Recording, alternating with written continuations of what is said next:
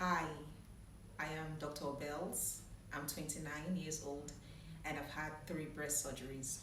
I discovered the first one when I was 13. I was taking my bath and I noticed something abnormal on my right breast. It was just like a seed. So I checked the left one if it was there too, and it wasn't there. But I just neglected it because it wasn't painful and I felt it was going to go on its own. So I didn't bring it to anybody's attention until 2 years later when I was 15. It was still there. I told my mom and she took me to the hospital where a doctor saw me, asked me questions, and examined me. Then he sent me for some tests, after which he booked me for a surgery. He reassured me that there was nothing to worry about, that it was a day's procedure and I would be able to go home on the same day. So on the day of the surgery, I wasn't scared because they said I was going to be awake all through the surgery. It was short, lasted I think about 30 minutes. They gave me medications and I went home. The second time I discovered the breast lump was when I was in, I think, my second year in the university. That one was on my left breast. Since I already had done it before, it just felt like it's same old, same old. So I told my mom, we went to see a doctor and he booked us for surgery after doing the necessary examinations and tests. And I went back home after the surgery. In 48 hours, I was back to myself. I discovered the third one when I was in, I think, my 4th year in the university, and it was discovered on my right breast again. I just kept wondering what was going on and why it just kept happening over and over again.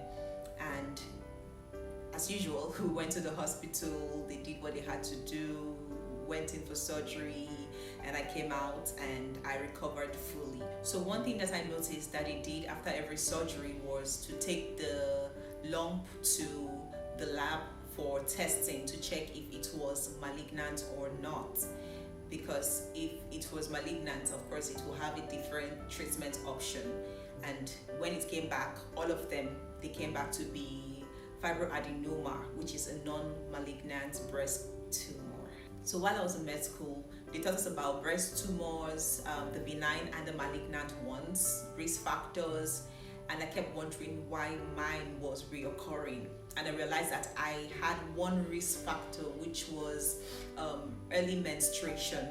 I started seeing my period when I was 9 years old. So I just felt that this was the predisposing factor, because I asked my mom if any family member had ever had breast cancer or breast lump, and our response was always no.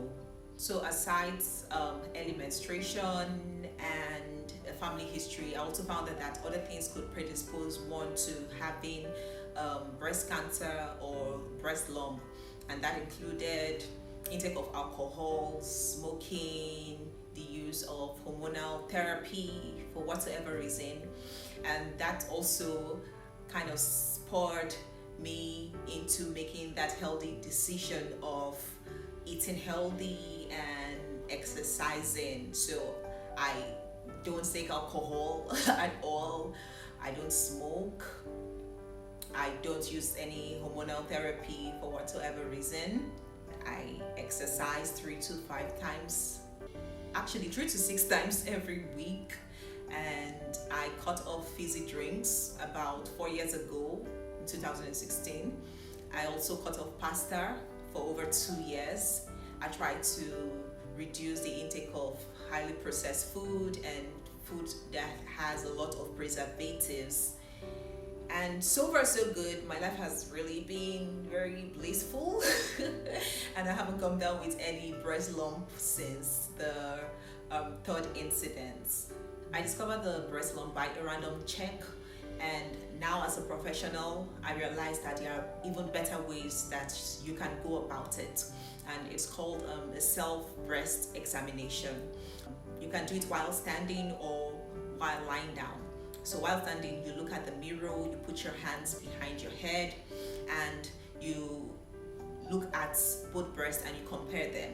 What are we looking out for? So you're checking if they are the same size, the same shape.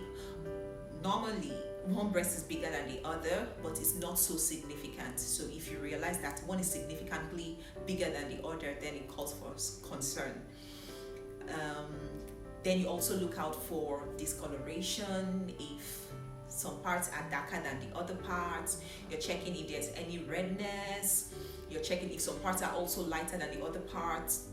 Then you're also checking for dimpling. Now, I know some people may see that as a beauty mark, but it calls for concern as it may be a sign of a malignancy. We're also checking if the skin around your breasts looks like an orange peel. We call it peel d'orange. You're also checking if your nipples are inverted. Now, normally some people have inverted nipples, but if you always realize that your nipples have always been inverted and suddenly it is now inverted, then it calls for concern. You lift your hands upwards, you compare both breasts, and you also take your hands downwards. Now, when examining it, you use the pulp of your fingers to palpate it and check for the presence of lumps. You divide the breast into 4 quadrants. So you have the upper inner, you have the lower inner, you have the lower outer, and you have the upper outer. What you do is that you put the hand of the breast you're going to be examining, you put it at the back of your head, and you use the pulp of your hand and you start palpating. So you're palpating it. It's your breast, don't be afraid to touch it. So you palpate it firmly. You palpate it firmly. The 4 quadrants. You palpate the inner firmly and you palpate the down part firmly. After doing that, you palpate the center too, because you may have any lump lurking around there. Now, when you've done that, while palpating, there's this part of the breast that is called the axillary tail. It's like an extension of the breast. So you also palpate that part and you're checking if there is any lump there. Afterwards, you check for lymph node enlargement, and that is usually done in the armpits, because if there's a malignancy, the first spread is at the axillary region, which is your armpits. You palpate that way. So you call the part posterior, you call the part anterior. You palpate the inside apex, and you also palpate this upper part. So you're checking if there is any enlargement, any lump. After doing that, we try to express the nipples to make sure that there's no form of discharge, especially if it's a bloody discharge.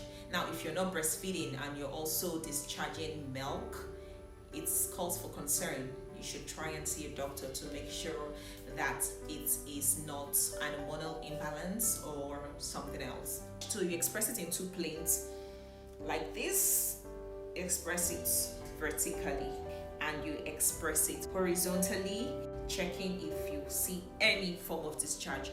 So you do the same for the right breast using the left hand and following every procedure that was described. So if you feel that this is too much, you can always go to the hospital and get a clinical breast examination done, because it is recommended for every woman once she hits puberty to do this at least once a year.